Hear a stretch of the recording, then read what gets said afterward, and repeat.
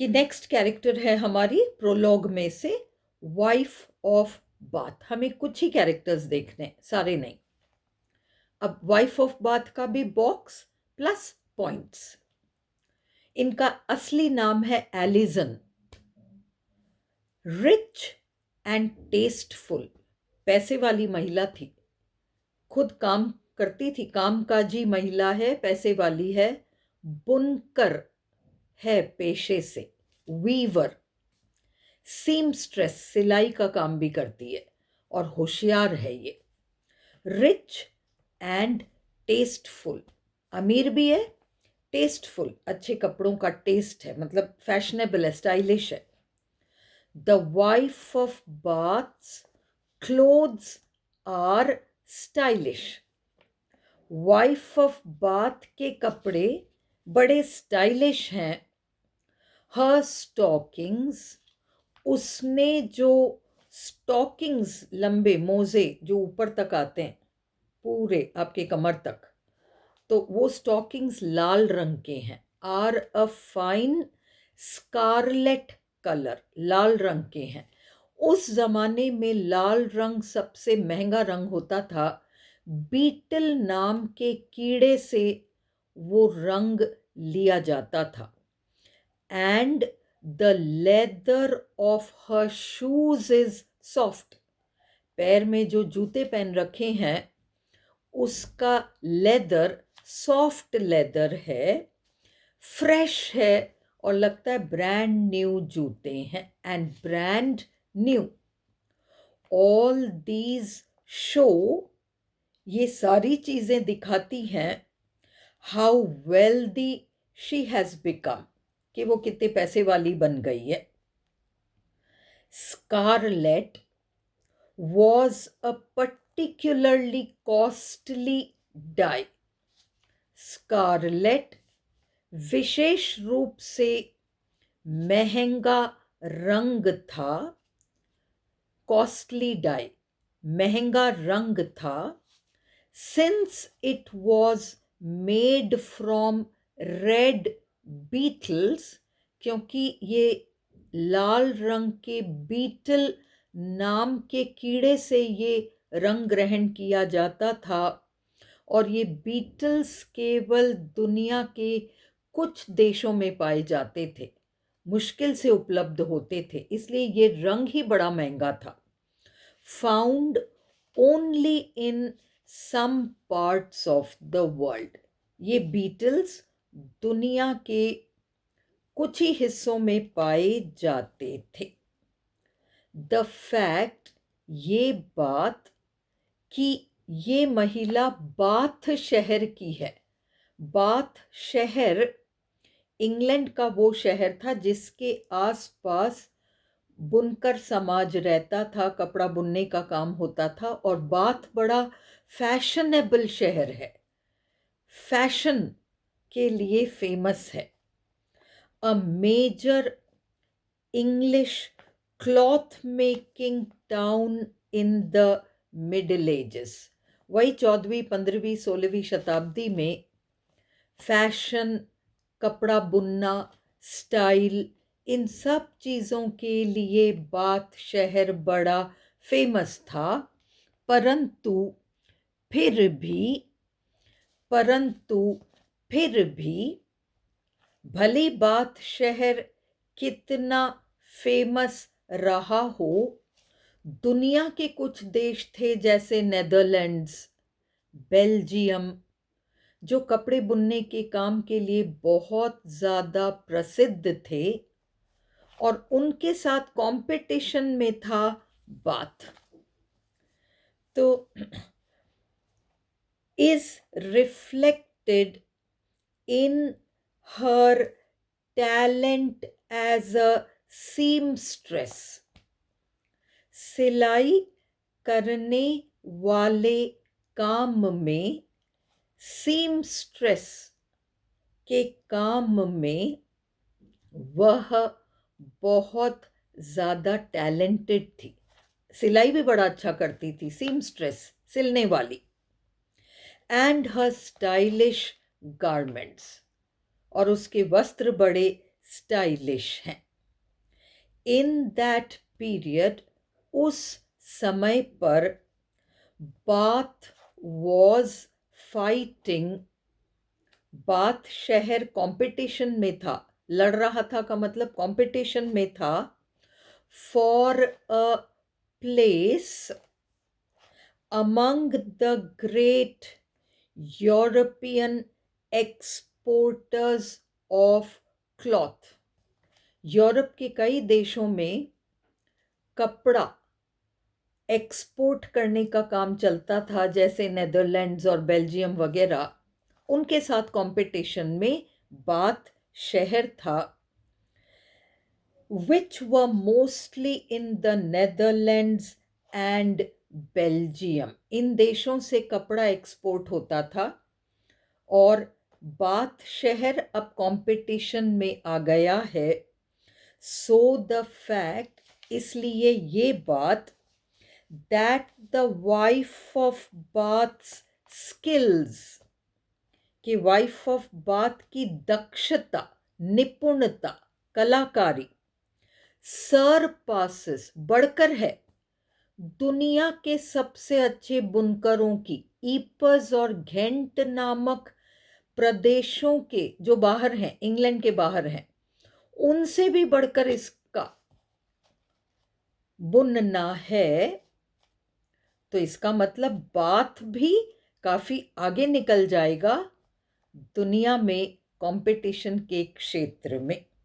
सरपास, बढ़कर हैं, the skills of the weavers of Ypres and Gaunt या Ghent, speaks well of Bath's and England's attempt. इसका मतलब काफ़ी तारीफ के काबिल है बाथ शहर के लिए भी और इंग्लैंड के लिए भी, कि इतनी शानदार बुनकर इस देश में उपलब्ध है।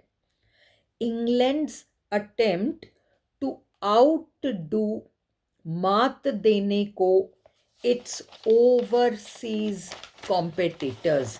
ईपर्स और घेंट जैसे प्रदेश, नेदरलैंड्स, बेल्जियम, इन सारों को पीछे छोड़कर लगता है बात आउटडू कर जाएगा, मात दे देगा दुनिया के सारे बुनकरों को।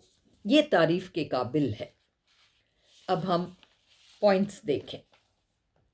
The wife of bath represents, प्रतिनिधि है, the newly arisen middle class, नया नया उभरा हुआ मध्यम वर्ग। This was the working class, ये नया नया उभरा हुआ मध्यम वर्ग है, इसको वर्किंग क्लास कहेंगे। वर्किंग क्लास कहेंगे क्योंकि इनके पास ज़मीन नहीं है, ये कमा कर खाते हैं। The doctor, the lawyer, the shipman, जहाज चालक, the wife of Bath etcetera belonged to this class, इस वर्ग से संबंध रखते थे। The members of this class, इस वर्ग के सदस्यों के पास जमीन नहीं थी। Did not have landed property, इनके पास जमीन नहीं थी। They worked and they earned, वे मेहनत करते थे, कमाकर खाते थे। The wife of Bath's name was Alison, wife of bath का नाम था एलिजन, उसको wife of bath, wife of bath, bath की महिला, वाइफ का मतलब महिला, तो वाइफ ऑफ बाथ, बाथ की महिला, उसका नाम था एलिजन।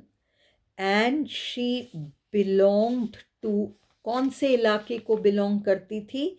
सेंट माइकल जक्सटबाथों, पूरा नाम है बाथ का, इस इलाके को वो बिलोंग करती थी। जक्सटबाथों में बाथ आ गया, सेंट माइकल जक्सटबाथों की थी ये। She was a cloth maker by profession, कपड़ा बुनने वाली महिला थी पेशे से। शी क्लेम्ड, वो खुद ही दावा करती थी, दैट शी वॉज बेटर, कि वो ज़्यादा अच्छी है बुनने में, then the weavers of Ypres and Gaunt या घेंट या गेंट, सब चल सकता है। खुद ही दावा करती थी कि मैं दुनिया के सारे बुनकरों से ज़्यादा अच्छी हूँ। She was very proud of the fact, उसे बड़ा गर्व था इस बात पर, दैट शी वॉज इंडिपेंडेंट, कि वो आज़ाद है, अपनी मर्जी की मालकिन है, and earned her own living, खुद कमा कर खाती है, किसी पर निर्भर नहीं है, आश्रित नहीं है।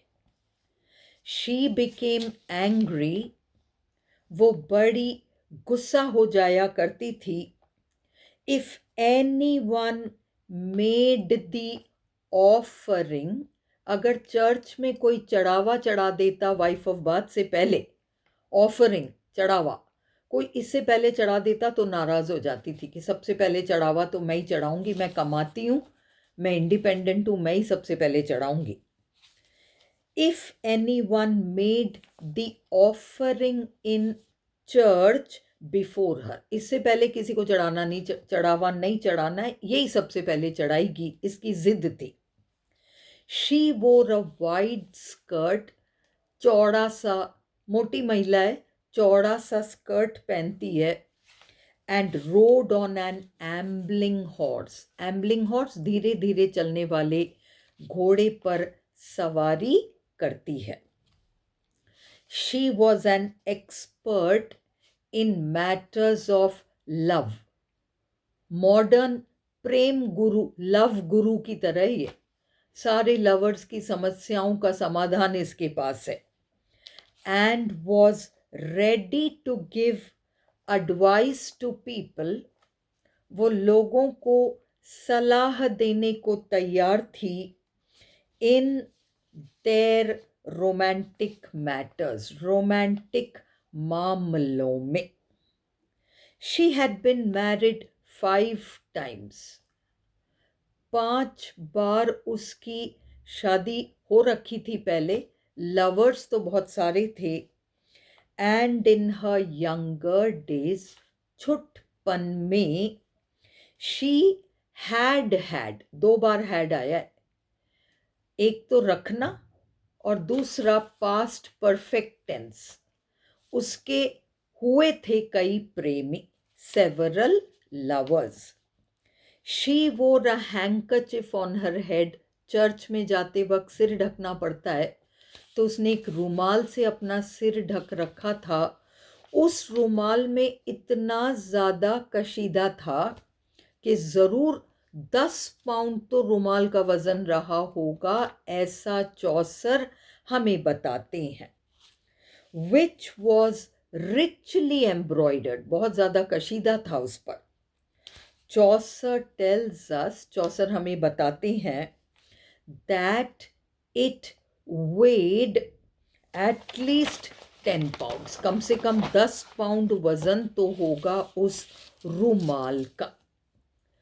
चौसर हैज़ डिस्क्राइब्ड, चौसर ने वर्णन किया है, the wife of bath, wife of bath का, इन अ ह्यूमरस वे, मजाकिया तरीके से।